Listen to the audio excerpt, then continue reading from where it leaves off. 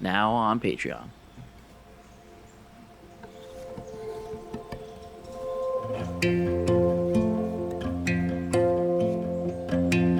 One by one, the lies come undone your well. Today, we look at the world through a square frame with the Yashica Mat 124G. Hey, you guys want to look at these pumpkins?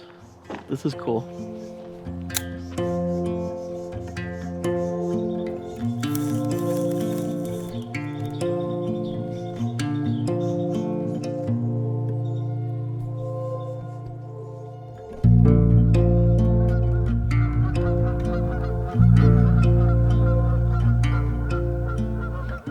So my idea for today's video was just to simplify things, and that's really what we want to try to do, is simplify things. And one of my favorite things to do when I'm looking to simplify is to just walk around with my Yashica Mat 124G square format, look at the world through a nice little square, and you're gonna find that a lot of things fit nicely in that square. That's one of my favorite things to do with photography when I'm feeling a little bit burnt out or feeling just a little overwhelmed with projects or ideas. Just kind of getting back to the basics and simplifying some things really goes a long way.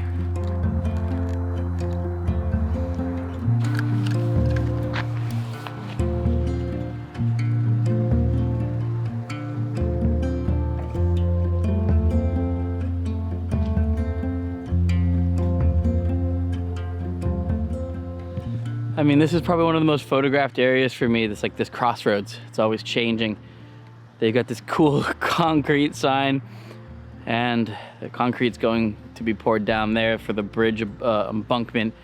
But I just think it's kind of cool that it says concrete, and really what this is just cornfields and mud and muck. And it's just gorgeous, man. It's just gorgeous out here at the farmlands. It's the intersection of what is beautiful. And yeah, it's one of my favorite parts. Gorgeous, gorgeous, gorgeous.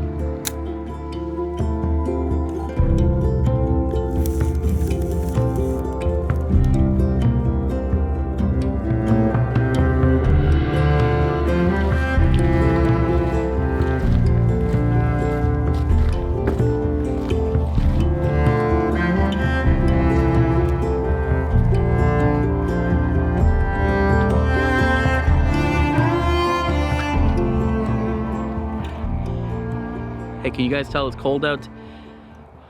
You should, it's freezing out. So when I think about square format, there are a lot of great photographers that come to mind, but there's one particular image that comes to mind when I think of square format, and that is the Vivian Maier taking a selfie, a portrait of herself in a shop window. That's like the one that always stands out to me. I think that's like one of the most like quintessential square format images. And if you're a TLR shooter, then you kind of like, it's iconic, and Vivian Maier is iconic. Whatever your opinion on her is, she is an icon in photography. But I was also thinking about Gordon Parks and how he utilized square format in a lot of his image making, even though that wasn't like his primary choice. There were a lot of projects that he worked on that he was commissioned for to shoot, or that he did shoot in square format. And one of the things that I noticed a lot about some of the images that really kind of stuck out to me, or the ones that really made me kind of step back, were ones that he just really used a lot of shallow depth of field, kind of an insane amount to really separate the subject from the background. And even some of the images that I liked most, I found that some of them were kind of blurry. Some of them were not really in focus, and how they're still recognized as some of, you know, the greatest and most important images in American history. And there are technical improficiencies, which I think is really interesting, because I think a lot of times I find myself, and I get bogged down in trying to be technically proficient and trying to nail focus and trying to focus on this and trying to focus on that. And really, when it comes down to it, you really just kind of need to simplify things and go with what you have, read the moment and understand it, and just get the shot. And that's a small part of what Gordon Parks has taught me through his photography. And it's part of what I'm trying to do today, is slow down and just try to be present, and also simplify things and just get my shot. Not worry about all this lighting that's not that great, and the cold air that's stinging my fingers, and all these other things that are kind of bothering me today. Just kind of worry about what I can control, which are the images that I'm gonna make in this camera.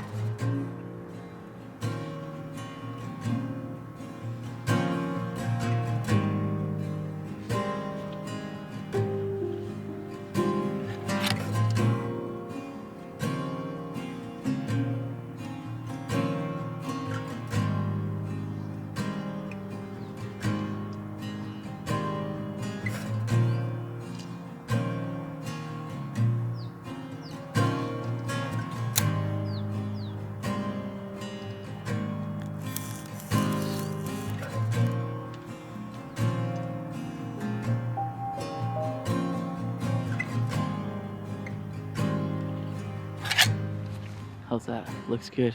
Looks good. Looks great, actually. And we're just about to leave because it's the end of the day at this point.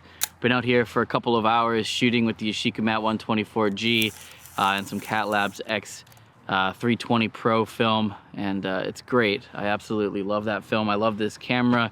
I love this place. I had a great day just trying to simplify things and figure out different perspectives on this location. And it's been fun. Today would be like today is not the greatest day to shoot black and white. I mean, like, look at the colors that we have.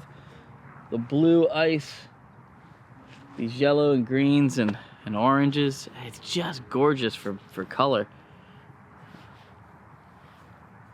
Yeah, dang. You win some, you lose some. I'll be back out here in the winter, that's for sure.